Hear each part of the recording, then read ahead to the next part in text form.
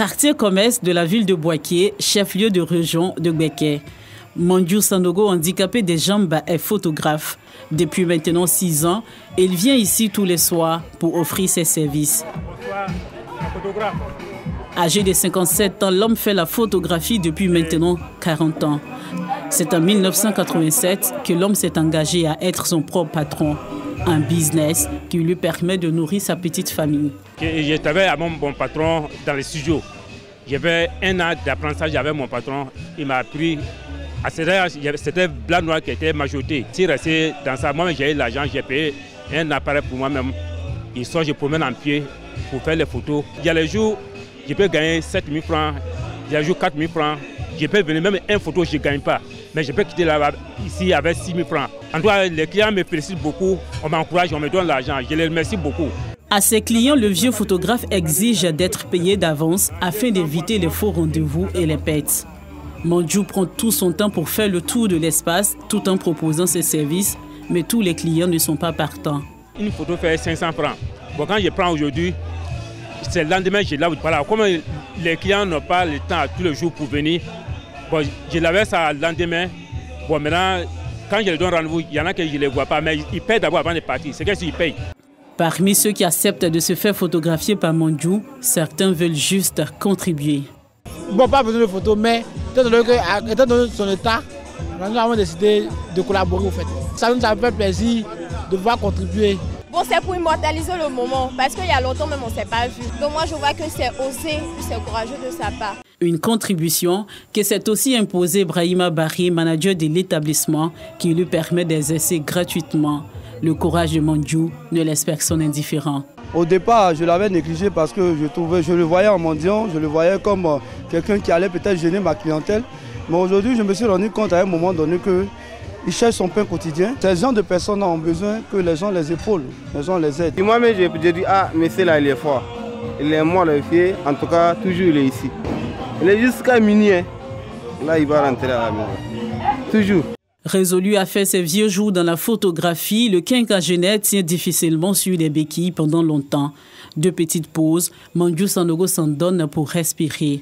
Dans ses poches, des photos à livrer et du matériel de travail. Même si pour lui le handicap n'est pas une fatalité, le poids des béquilles et le transport public représentent pour lui des difficultés. À mon âge, ce n'est plus facile avec le béquille. Si j'ai trouvé un moto 3 roues, voilà, je peux travailler avec ça. Ça me permet de déplacer encore de plus. Tout ce que les autres photographes font mouvement sur les terrains pour faire photo, moi aussi, je fais aussi. À 23 h, Mandjou Sanogo quitte le maquis avec 1500 francs CFA en poche. Il espère revenir le lendemain pour tirer de nouvelles photos ou pour livrer ses anciens clients.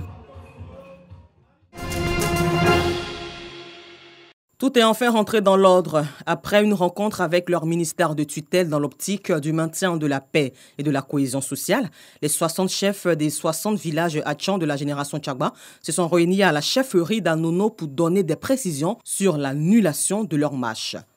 Il y a eu des soucis au niveau des villages.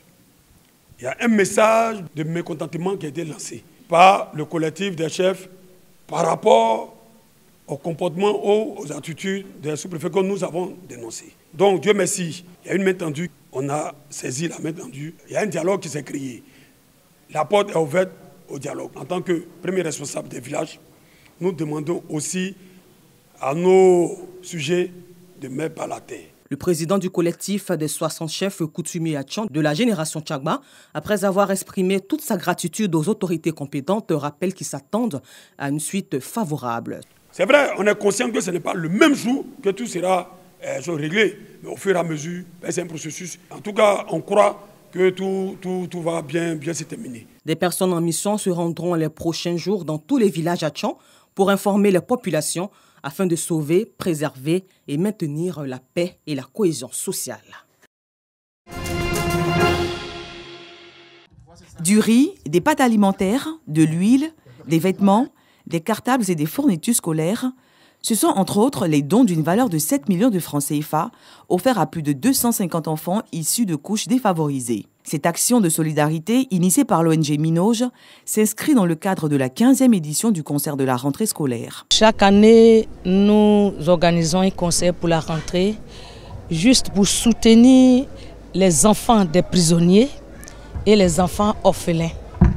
Cette année, au-delà des enfants des prisonniers et des enfants orphelins, nous avons aussi un autre groupe d'orphelins qui sont aussi souvent oubliés. Ce sont les orphelins des pasteurs qui sont décédés. Juste après leur décès, on ne voit plus rien, plus de fidèles.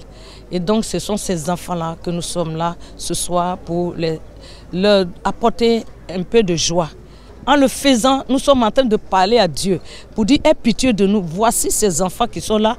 Nous sommes déjà débordés. Nous n'en voulons plus. Nous sommes à une rentrée scolaire.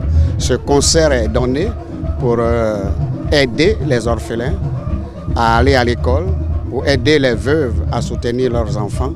Et donc c'est pour cela que nous sommes là. La Bible dit celui qui soutient le veuve, sinon la veuve et l'orphelin, il fait l'œuvre de Dieu. Il fait une œuvre spirituelle. Et c'est pour cela que venir à Minoge est une couverture spirituelle, mais aussi une couverture, une sécurité spirituelle. Les bénéficiaires n'ont pas manqué de témoigner leur gratitude aux donateurs pour ce geste qui vient à point nommé en cette rentrée des classes. Chaque année, nous cherchons les voies et moyens pour aider les enfants des prisonniers qui sont en prison, parce qu'ils ne savent pas comment les enfants vont aller à l'école dehors ici. L'État seul ne peut pas faire. C'est un grand geste. Le fait de, même si ce n'est pas la totalité des enfants, mais au moins il y a 30 personnes, 30 enfants qui vont aller à l'école cette année. Donc nous bénissons la vie de l'ONG. Je suis très heureuse ce soir. Vraiment, ce n'a pas été facile pour moi cette année 2021.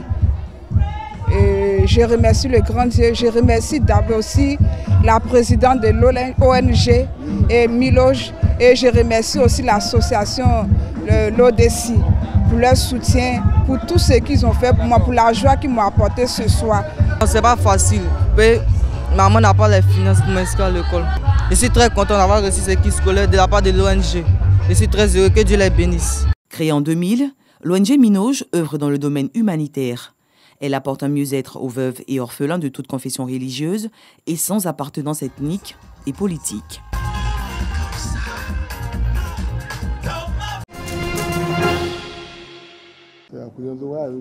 Ces femmes et ces enfants ont échappé à leurs ravisseurs en marchant 90 km dans la forêt. Ils avaient été enlevés par des djihadistes il y a plusieurs mois. Ils ont marché pendant 6 jours dans la forêt de Buniyadi à Damboa. Nous suivons des exemples et je pense que c'est pourquoi, même dans la brousse, ils m'ont dit qu'ils avaient regardé ce que leur père faisait et qu'ils voulaient le rendre fier. La forêt de Buniyadi est connue pour abriter les djihadistes de l'Izouad. Ils sont liés au groupe État islamique et issus d'une scission avec Boko Haram.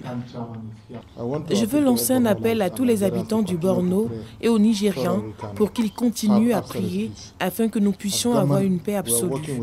En tant que gouvernement, nous travaillons avec les agences de sécurité et les autres parties prenantes pour faire en sorte que nos autres filles rentrent chez elles. En 2014, 300 collégiens avaient été enlevés par Boko Haram, apportant au groupe djihadiste une notoriété. Des archéologues ont mis à jour un domaine viticole vieux de 1500 ans. Au cours des fouilles, nous avons trouvé une zone industrielle sophistiquée et organisée contenant des rues, un canal de drainage, quelques entrepôts et dont le point culminant est formé de 5 énormes pressoirs pour la fabrication du vin. Nous comprenons maintenant que sur ces sites, le vin était produit non seulement pour Yavne, mais aussi pour tout le bassin méditerranéen. C'était un centre de production mondiale où l'on pouvait produire environ 2 millions de litres de vin par an, ce qui est une quantité énorme. Il s'agirait du plus important site de production de vin de l'époque. Le vin était mis dans des jarres de Gaza, ce que nous savions déjà de ces sites et d'autres qui étaient acheminés vers les ports d'Ashkelon et de Gaza, avant d'être distribués en Europe. Nous connaissons des auteurs du VIe siècle qui décrivaient et louaient le vin provenant de Gaza et d'Ashkelon comme le meilleur vin du monde byzantin. Et nous comprenons maintenant qu'il s'agissait du vin provenant de Yavne.